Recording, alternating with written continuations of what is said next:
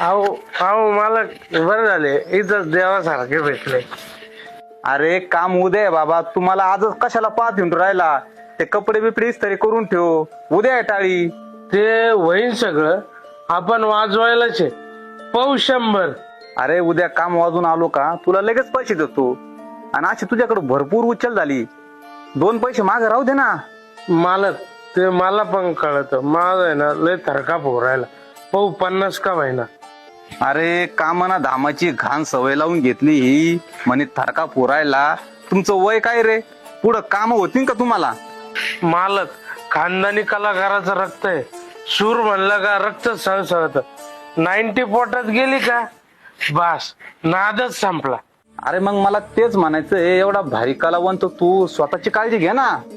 तुमचं काम काढलं म्हणजे बास ना. आपलं काय राहिलंय आता? पाहू 50. तुझा आजा, तुझा बाप ते पण मोठे कलाकार होते, पण कशाने गेले?